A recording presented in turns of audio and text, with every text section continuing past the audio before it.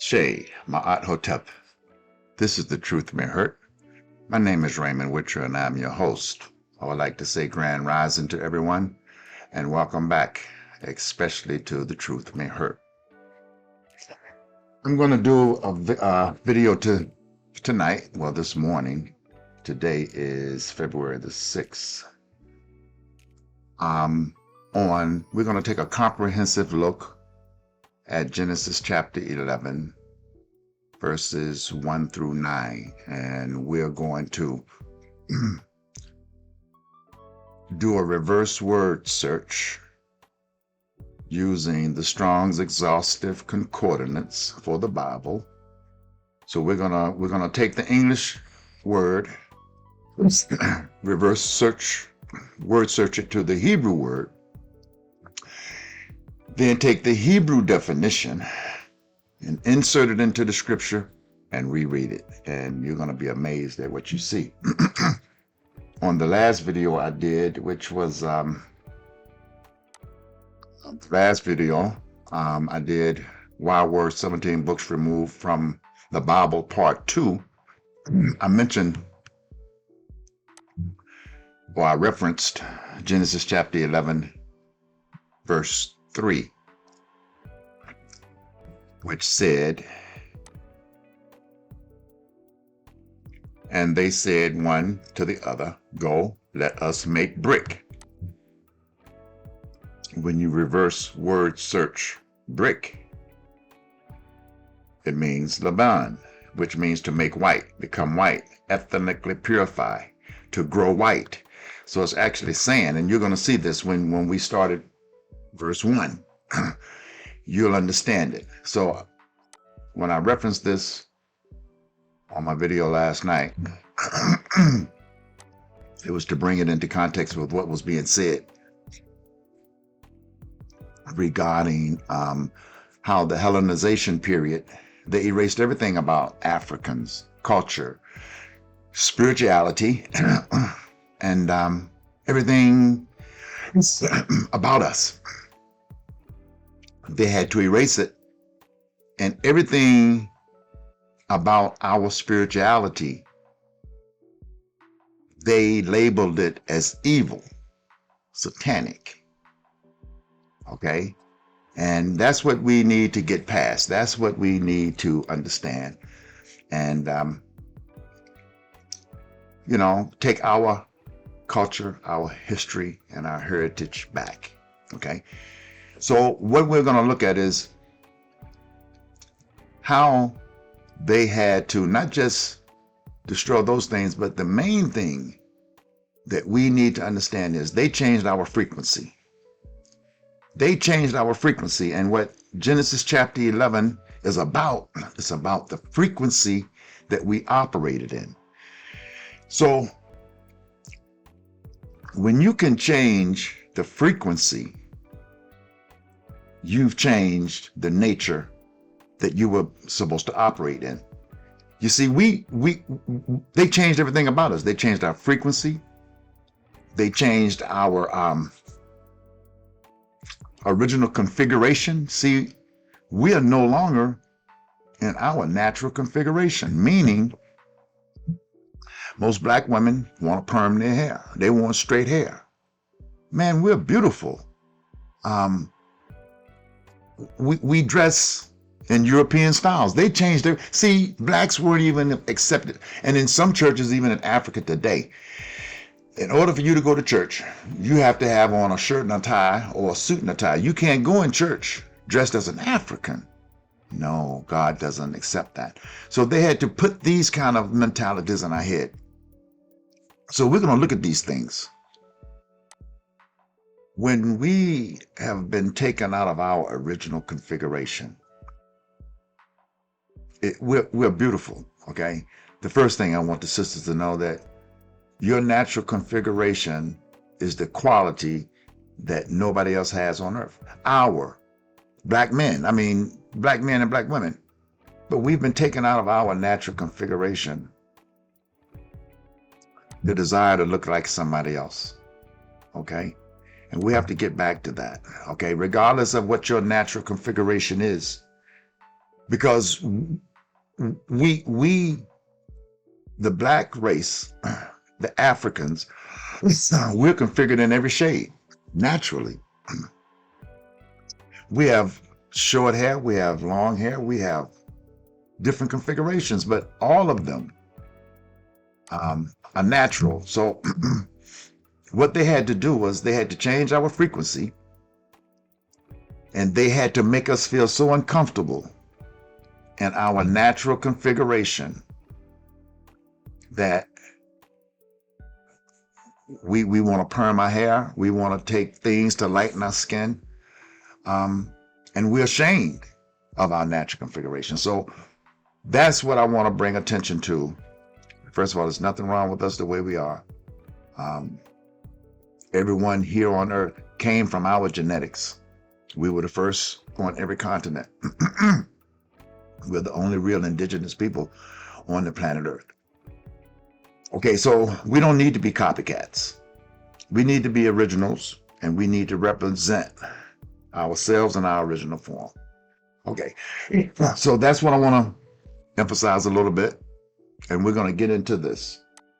Okay, I want to show you this little short clip because what we're talking about is how we have been taken out of our original configuration, how our frequency has been changed. And this is a perfect example, a little short clip of how frequency is so important. How different frequencies relate to our body. Okay, so let's watch this right quick and we'll move on.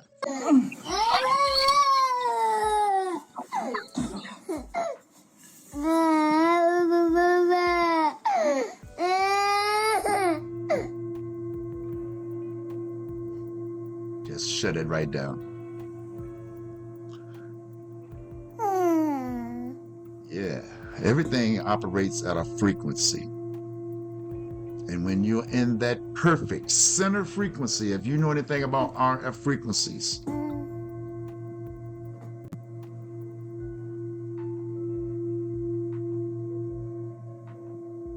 he's in his operating frequency right there. Okay? So when we,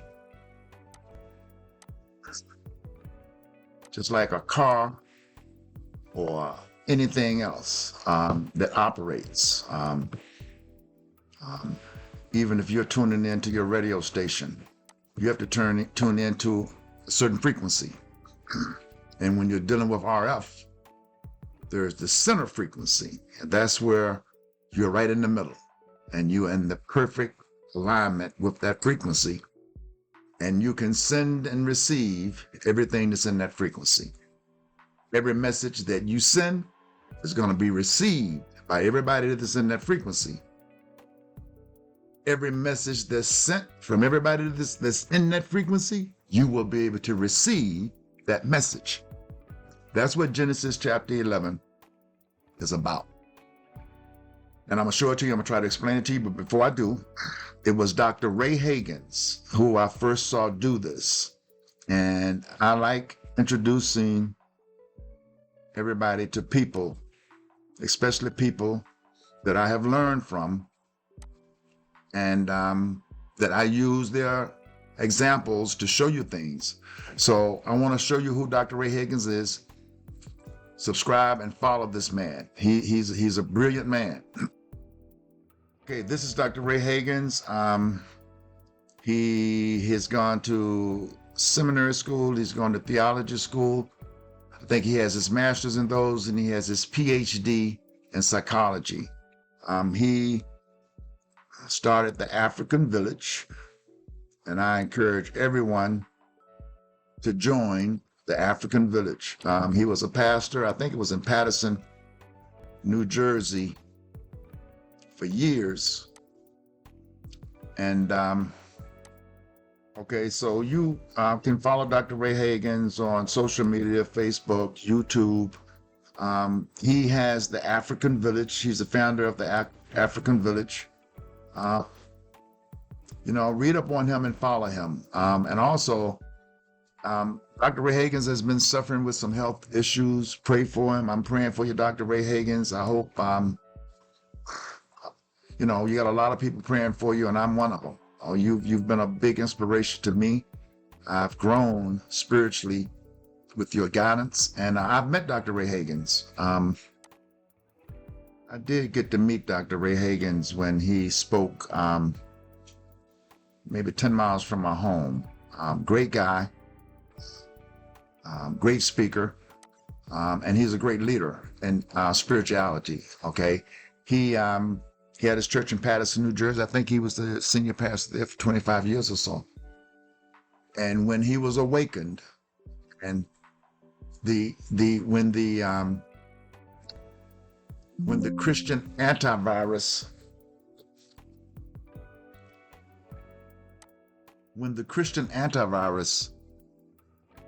stopped blocking the information, stop blocking all of the spirituality that's trying to be born in us. You see, when I was a Christian and when I was a believer, and someone would come and try to show me something or tell me something, that Christian antivirus would push it back and say, no, I don't want to hear that. No, I don't want to see that. And Dr. Ray Hagins tells his story of how he, as a pastor, as an ordained minister with degrees, I think master's degrees in theology, was a staunch Christian. His mother was, she was the head pastor. He grew up in a Pentecostal church, okay? So he grew up with the shouting and the speaking in tongues and all of that stuff. So he was well indoctrinated into the Christian religion. But when he finally heard about the Egyptian god Horus and how he is the same story as Jesus, when he first heard it, man, he rebuked the people. But when he was in a bookstore and he saw a book about Horus and he read it, he could no longer preach the mainstream Christian message anymore, not to his people. And he decided that he had to try to do an effort of delivering his people from this curse. And when he went into his church and told his congregation that they had been lied to, they've been deceived, and he had been preaching wrong to them, in 30 days, his church was empty. Okay? So that's what we are talking about. Okay? We're talking about breaking a curse, a generational curse that we have been trained to pass on to our own children. It's not like they have the whip and they're beating it into us anymore. They're not beating it into us anymore. We're training our children from birth by having a white Jesus on the wall, by having a cross on the wall, rather than having the African Ankh on the wall. Okay, they erased everything about us. So we're gonna look at these things, but I wanted to give credit to Dr. Ray Hagins, because what I'm going to show you, he showed me, and he's shown millions of people, because these are the kind of things that he shows on his African Village channel. His radio is on 24 hours a day, and he has a new sermon. Well, it's sermons from the past every Sunday. Okay, so tune in to Dr. Ray and pray for him, because I know he's been in bad health and having some health issues. And we always want to lift up the ones that are making a difference into delivering us into our own spirituality, so that we can get him back into our own frequency, and so that we can function. Okay, the whole thing about slavery, colonization, and oppression is to keep you dysfunctional, to keep you out of your frequency, to keep you out of your original configuration. And how can you operate outside of your frequency and original configuration? You can't take a car that you buy, and as soon as you get it, you change the color of the paint. Well, you should have bought a car that color. And then you change the wheel size and you modify all of these things. It's no longer operating in this original configuration. It's not operating as it was designed to operate. Okay, so let's get this going. And we're going to get into it. Okay, so we're looking at Genesis chapter 11. We're going to start with verse 1. And it reads, "And the whole earth was of one language and of one speech." Okay, so the words here in yellow, we're looking up these words. And whole earth, the Hebrew word is eris, which means the inhabitants of the land. Okay, now you can look up, if you were to look up, okay, what are we looking up? We're looking up whole earth. So we look up earth, a whole earth, in the concordance. It'll give you a number, and then you put the number in, and it will give you the definition. It'll tell you what the Hebrew word is, which is eretz. I think this is supposed to be C. I think it's supposed to be C here. And then it'll give you the definition of the Hebrew word eretz, right? So when you do that, does eretz mean inhabitants of land? Because if you remember, when we looked up whole earth, it's saying the inhabitants of the land. And you have to keep these words in the context of what's written. And when you do that and you look it up, it says, yes, eretz can refer to the inhabitants of the land, particularly in the context of the Hebrew Bible. And this is right out of the Hebrew Bible. This is, we're looking at Genesis. So yeah, it's the Hebrew Bible, okay? Context of the Hebrew Bible. The term Eretz Israel translate to the land of Israel, which is often associated with the inhabitants of the land, known as the people of the land. This term reflects the historical and religious significance of the land and its inhabitants, particularly within the Jewish identity and cultural text. So we're definitely within the Hebrew cultural text. So here it's saying, and the whole earth. What it's saying is, when it says whole earth, you're talking about the inhabitants of the land. Next, we're going to look at one language. Okay, so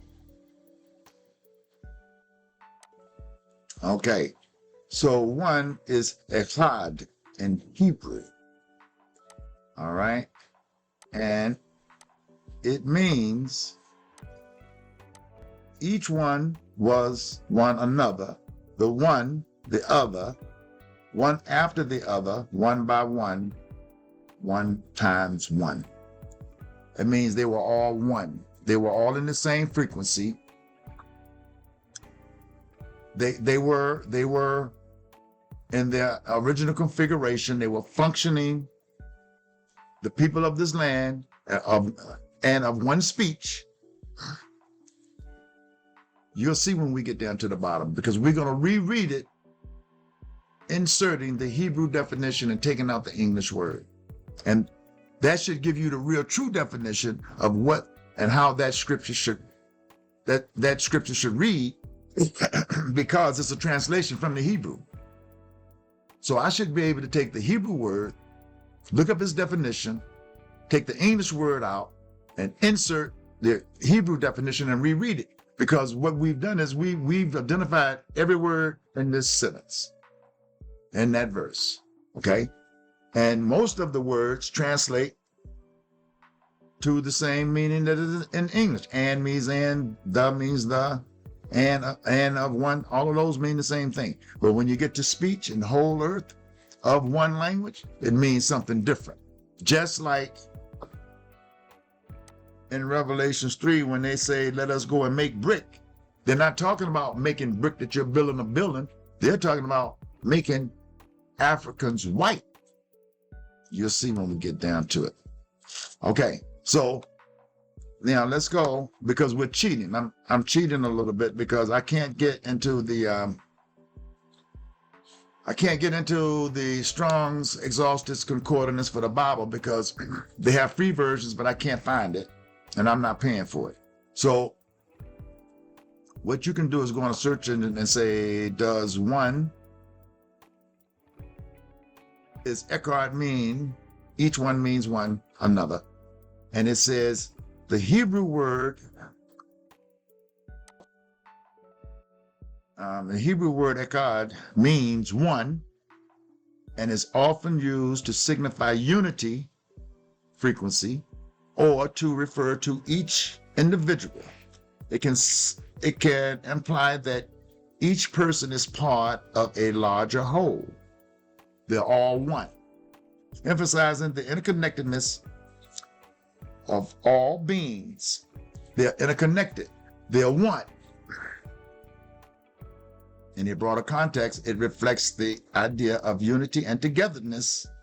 They're in the same frequency, y'all, as seen in religious texts that emphasize the oneness of God and the interconnectedness of all existence. Thus, while it doesn't explicitly state that each person is another, it certainly conveys the idea of unity and togetherness.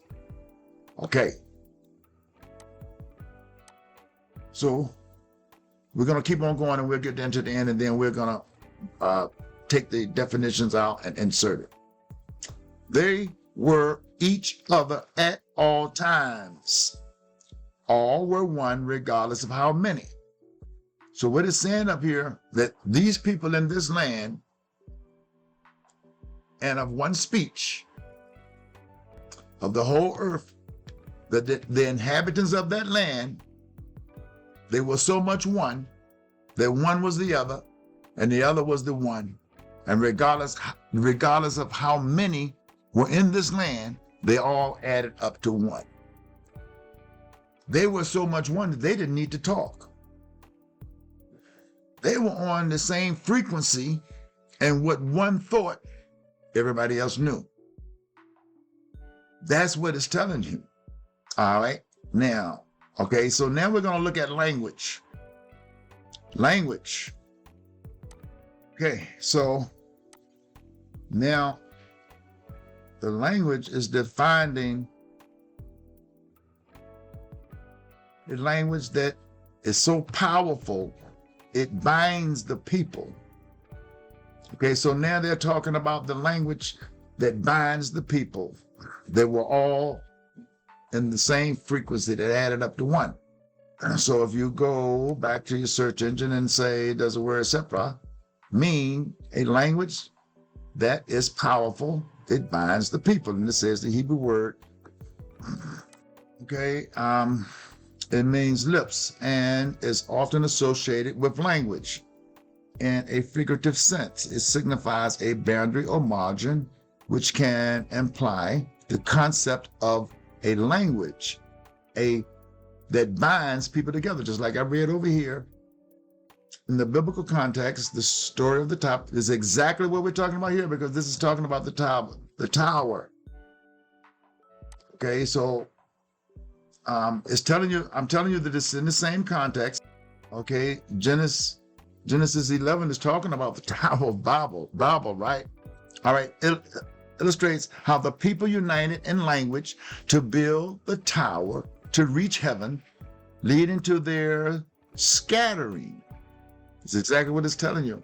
Thus, can symbolize both the physical lip and the metaphorical language that unites or divides people. Now, keep in mind that the whole purpose of slavery was what? To take away your language so that it divided the people, so that we could no longer communicate in our native tongue. And this is what Genesis 11 is going to show you. So when they would put slaves on plantations, they would try not to put slaves that spoke the same language on the same plantation, because they only wanted us to be able to communicate in English. because then they could control what we communicated. Because if you go back to my video on the Willie Lynch letter of how to make a slave, it says in the Willie Lynch letter that one of the biggest parts of maintaining slavery is to control the language, because you never want the slave to know the real meaning of every word in the English language, because then you won't be able to speak in code. The Bible is a riddle book, and it's written in code, and we're breaking the code right here in Genesis 11. So they had to destroy our language, and they had to take us out of our frequency so that we couldn't function. Okay? All right. Now, all right. And then the other word is speech, and speech means dabar, which means words, speaking, understood, saying, utterance of business or occupation. Okay?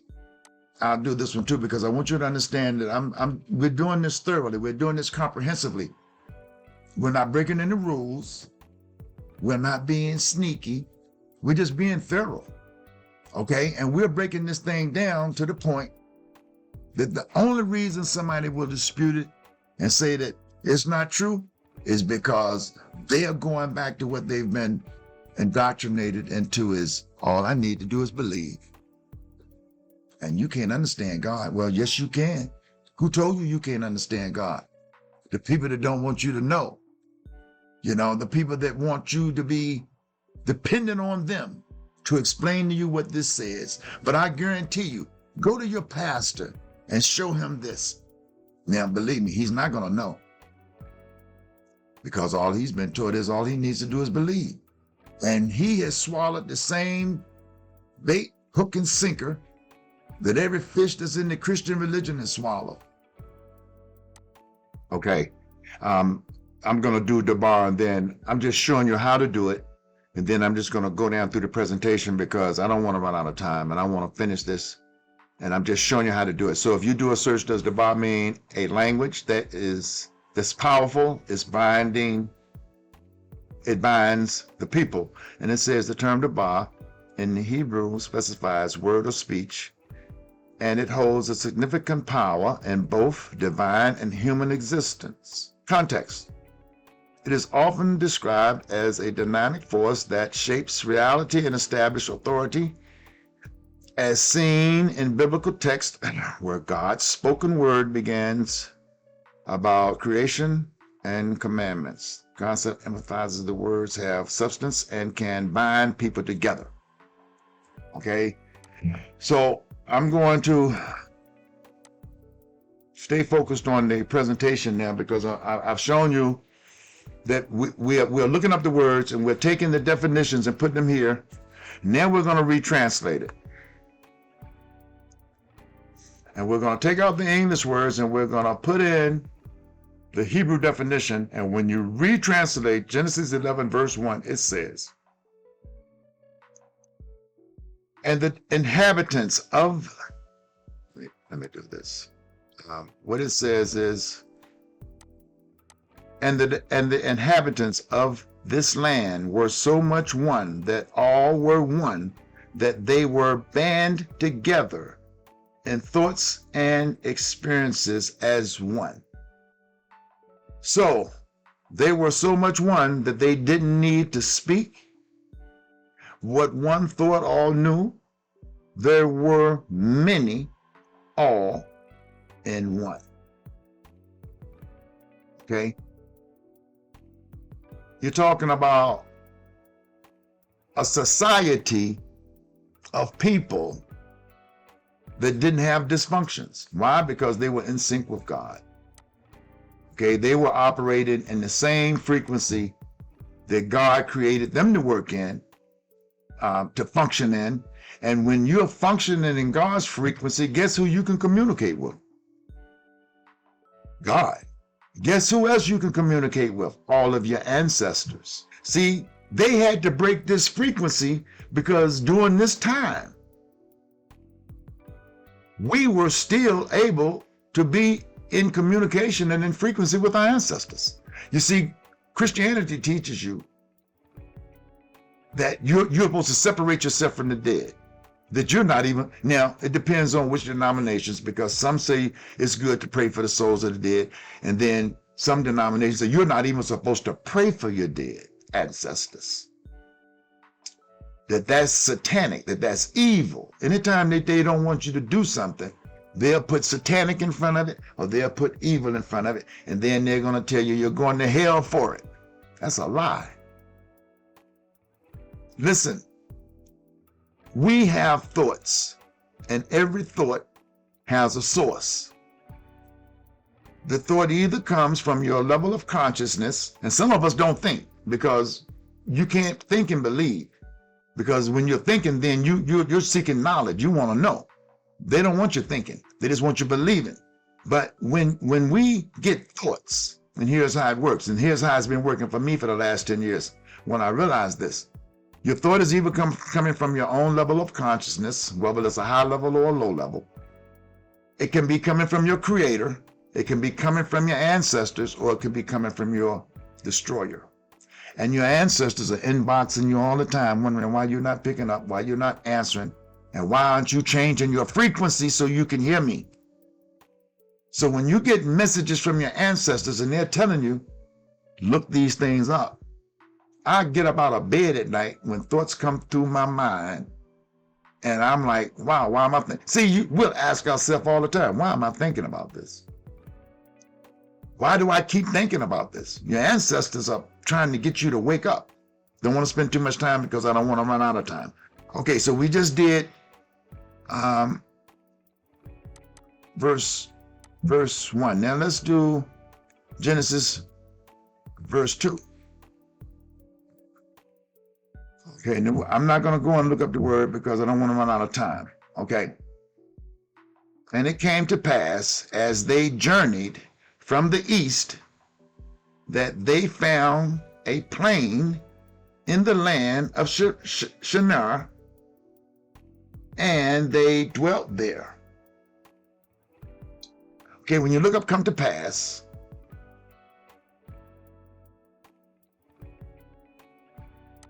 okay, it still means the same basic thing that the English definition of come to pass. This is why can't nobody come and say that this isn't a thorough job, because we're looking at the words and we're identifying to make sure that it's not outside, that the Hebrew is not outside of the context of the meaning of the scripture. Journey. We're looking at Nika, and it means pulled out of, be removed, made to depart, plucked out, and marched. And that's what journeyed means. So journeyed means basically the same thing. Well, yeah. But it's in the context. The east is odim, means to tie together, which was before. Hold on. You had a typo, so I want to make sure I get it right. The term Kadim in Hebrew means ancient time or aforetime. It is often used to refer to a distant past or to denote something that is before a certain time. In biblical context, it signifies the time before a particular event or era, indicating the sense of iniquity or the past. And that is what we're saying here. Kadim. All right, it means a time which was before, aforetime, ancient time, same thing that it said, okay? Just wanted to make sure because I have a typo here. All right. Okay, and the next word is plain, and its Hebrew word is belha. It means a valley, a very low place of existence. The English word land, the Hebrew word is eretz, and shoal, and it means hell, a land without return. Okay. Shinar and it means Shen Ai. I can't pronounce this. It means the ancient name or symbolic territory, later known as Babylon, the Roman Catholic Church. Okay. The word dwelt means yashab, means to sit down or become set, to remain or stay in place and condition. And then you have the word there, and it's sham, and it means to tether. Or tether means to tie together. Like you have a boat that's in the water and you pull it up to the dock, you tether the boat so the boat doesn't drift off. It means to tie to. Okay. So then let's retranslate Genesis 11:2, and we're going to insert it. It says, and something came about which caused these people to be pulled up, scattered, pulled up, snatched up, marched away from their homes, marched away, which was ancient times before, and taken to a hell which they can't return. That's what it translates to. Okay? That's what it turns to. That's what it translates to.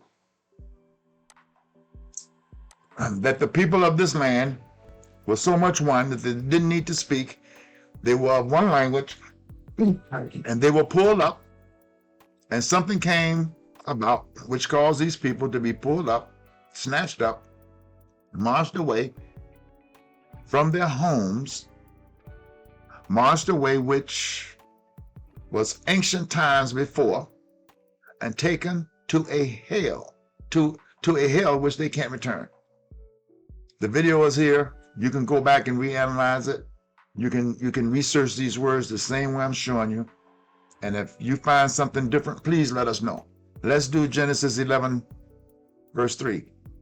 And they said one to the other, go, let us make brick and burn it.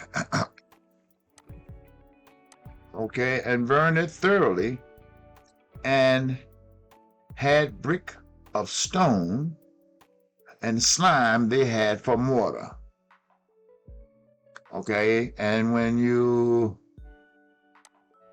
reverse search, they said, it means Amar, means boastfully and proudly sit in one's heart to think with intent, I to vow. A vow. One is Yayish, Ayish, I may be pronouncing it wrong, I don't want to run out of time, means man, male. In contrast to woman, the husband. Another is Ria, means another person. Weaker sense to the other. To go is Yain, means to ascribe or assign a determination. Okay, make brick means Laban, and it means to make white, become white, ethically purify, to grow white, thoroughly. Yeya means to become like, to be instituted, be established, to abide, remain, and continue in place and time. It's talking about, so when you, I think it's right here where we read it. Okay, we're getting ready to retranslate. And the last word is stone. Where's stone? We're doing stone now.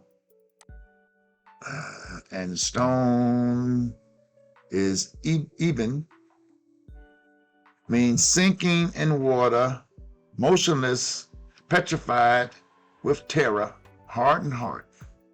Mortar is coker, means more clay cement. See, mortar means the same thing as mortar in English. Okay, so when we retranslate this, what does it say? The people of these homes boldly and proudly, boastfully. So it's talking about the men decided to be like whites to the point we forget who we are and become motionless and hardened into it and can't move. Now, if you go back, because I don't want to go back, I don't want to run out of time, but you can pause this and you can rewind it and you can see that when you take out the words that we define and insert the Hebrew words definition and reread it, it's telling us that the heads of the homes, the husbands, boldly and proudly and boastfully decided, hey man, we're just gonna give up, man. We can't beat these white people. They've taken us away. You know, they made us slaves. They beat us into a submission. They forced their religion on us. Man, look, it's easier just to be like whites. To the point we forget who we are and become motionless and hardened into it and can't move. You know, when I was younger, and I don't know now about the youth today, but within the black race, the real dark-skinned blacks were hated. It's because if everything was set up on a hate and a better than, less than, I have and you don't, I deserve it and you don't scale and basis, okay? So the people, the men, after being beaten down, the men are, you got to remember, the black man that came in was submitted into slavery. They're powerless. The only way that this system would work was to make the black man powerless, meaning that's why the little white boys, and you hear them today with Donald Trump motivating all of this kind of behavior. That's why they would, a young white boy would have no problem calling an 80-year-old or a 90-year-old black man boy. What is the definition? What do you call a man that can't provide, protect, and defend himself and his family? What do you call him? You don't call him man, you call him boy. And that's what they used. Because if the black man can't protect himself, how is he going to protect his wife and his children? Okay, so they say, listen, man, you know, we just go ahead and submit. Okay, Genesis 11:4. And they said, go. This is where they're going to build a Tower of Babel. They said, go. Let us build us a city and a tower whose top reaches to heaven, and us make us a name. At least we be scattered abroad upon the face of the whole earth. Sid means amat, means to ascribe or assign. Build, the Hebrew word is bana. It means to rebuild, reestablish, cause to continue. You're talking about new people. Okay? And you're going to get the meaning of this in a minute because things start to turn around. City, it means a place guarded by being awake or a watch person. I didn't get that. Could you try again? Okay. Tower is migdal. Means a tower from its size of height, like a pyramid structure.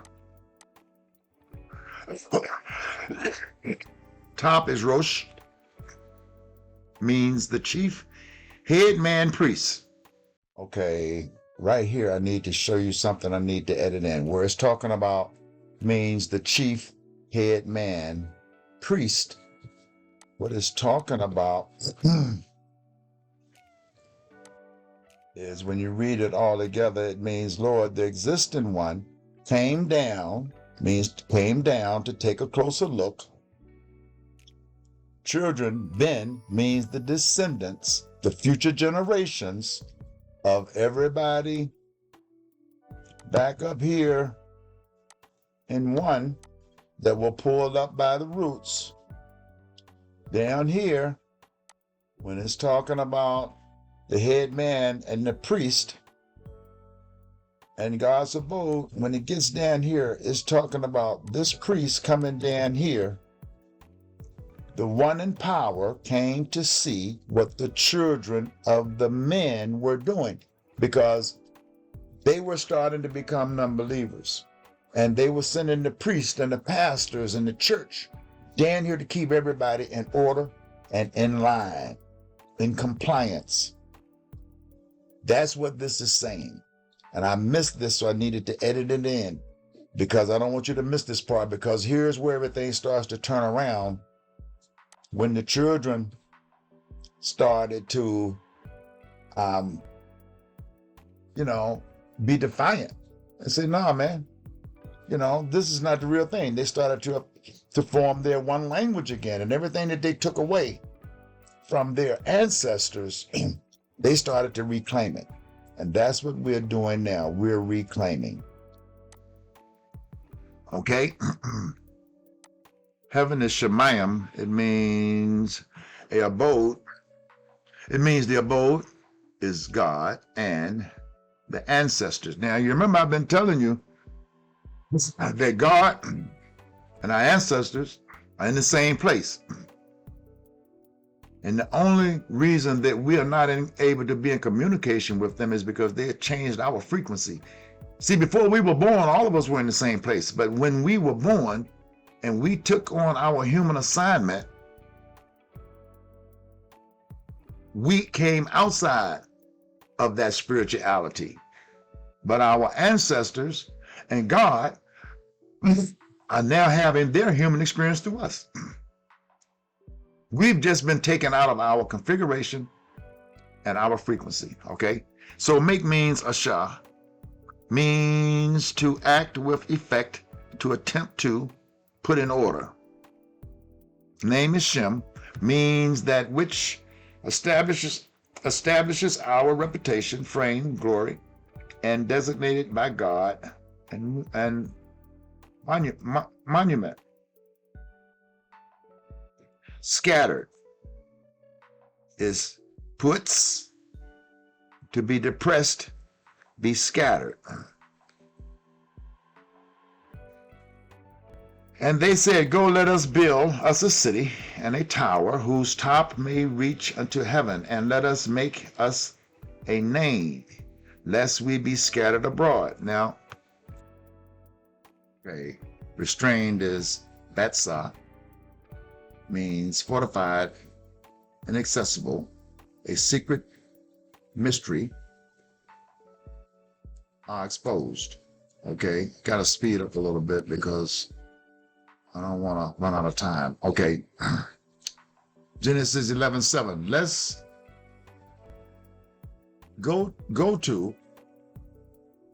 let us go down and there confound their language, that they may not understand one another's speech.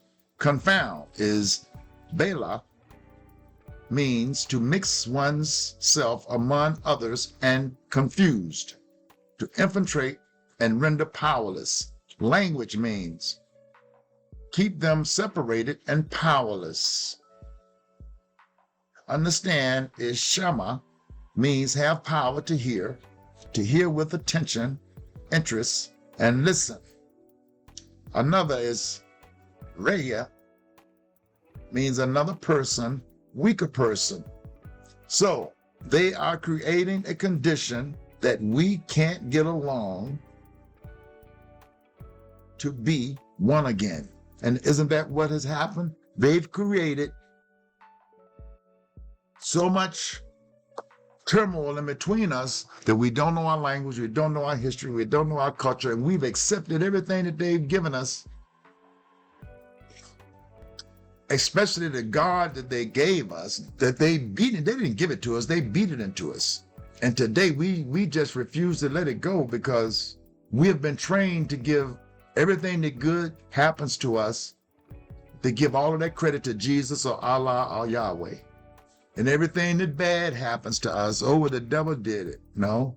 God says, I do all things good and I do all things evil. It is I who do all of these things. Stop giving the devil the credit that God said he did. Let me finish this because I don't want to run out of time. Okay, so we're looking at 8 and 9 there. So the Lord scattered them abroad and hence upon the face of the earth. And they left off to build the city. Scattered means pruits, to scatter into pieces. Left off is chalad, chalaida. And it means to stop, cease, cease to be, made to stop.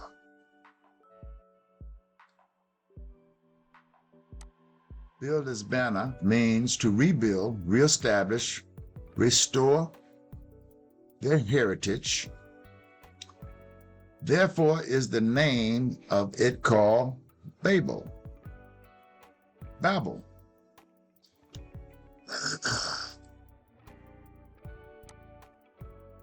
Okay, therefore is the name of it called Babel, because the Lord did there confound the language of all the earth. Now listen to this. And from thence did the Lord scatter them abroad upon the face of all the earth. The one in power came in and messed everything up. The Catholic Church came in and messed everything up. So what this is saying is, back up in here, when the children of the descendants, after they had turned all of the Africans that they had brought from the land of one language and one speech, and those inhabitants, and they had come down and pull them up by the roots, pull them to a foreign land, took their language away from us, changed our frequency, changed our original configuration, made us white. The generations of those, they're the ones that started waking up and start rebelling, because they had everything in place and it was working until these generations that we are in now. Okay? And you got to keep this out of a historical thing, because nobody built no tower going up to the heavens. This is talking about the awakening to coming out of this post-slavery nap they've had us in for the last since 1865, and stuck into a belief and religious system that has had us trapped into getting out. But now the youth, I mean, I'm meeting youth, and when I show them what I'm doing, they say, yeah, I know about this and I know about that, and I know about Haru, and yeah, I know about Asar and Aset. And I'm like, yeah, okay. See, if I had learned these things when I was a youth, I would have looked at myself different. I would have seen myself different. I would have known that, first of all, we are the original people. We were so talented that we were so much in one, regardless of how many of us there were in our society as a community. We functioned as one. We didn't function as two, regardless of how many we counted up to be. We were never more than one, because we were on the same frequency. We were in the same atmosphere, and operating in the same vibration, which is frequency. So that's what this is telling you, that they really had to take away our language, and we have never reestablished anything about ourselves outside of I'm black. I'm African American. We're not African Americans. We're Afropeans. They made us Afropeans. What is it? They said, let us go make brick. Make brick means make white. Okay? And they did such a good job that, man, we don't want anything else. Because of what? We got Jesus. Okay, I'm not going to spend too much more time on this. I just wanted to show you that. I want to make sure I don't need to add anything else on here. All right, but take some time with your family, and instead of picking up a video game, instead of picking up some of these things that don't benefit us whatsoever, sit down with your family and do Genesis 11 like I did. Use this as a template and do it. Okay, I may have missed a few things in here because I was running out of time, but you're getting the idea that we have been had. Okay, and Genesis 11 and the Bible is telling a story about us. It's just telling the story that they stole from us, that we taught as mythical, and they're teaching it as historical. And anybody that reads the Bible and believe everything in the Bible is historical, I challenge your mental competency of being able to read and comprehend and understand the difference in between reality and fiction. And that's the part that religion capitalizes the most, because they have done the psychology of how to put what they want in our heads, what they want us to think inside of our heads. And once they can get what they want us to think inside of our heads, that will control our behavior, which is exactly what they want it to be. And now that they have control of our youth's heads with the rap music and the drugs and the killing and the disrespect between the young black men and the young black women, and the young black women have lost all the respect for themselves, because now the songs are telling them to be bitches and hoes.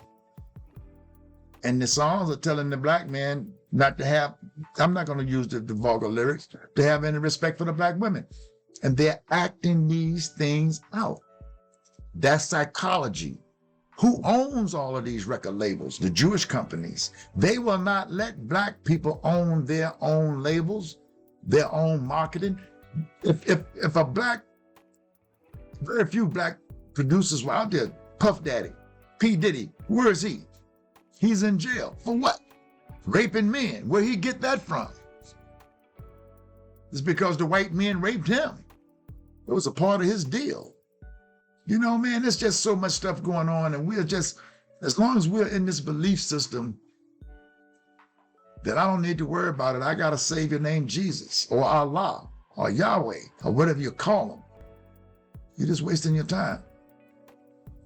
You don't see people that have made it doing all of the things that people that haven't made it do. And it's a shame that the church is capitalizing on people that are in need. And when the people that are in need don't give, they make them feel so guilty that God is gonna, you're not gonna get your blessing. Well, if you haven't gotten your blessing in 50 years, maybe you're not gonna get a blessing. Listen, I wanted to share this with you. I wanted to do this video so that it will be easy to find. I've done it before, but I had it in with another title, and it's kind of hard to get to. So I'm going to say Ashe, and everybody have a great day.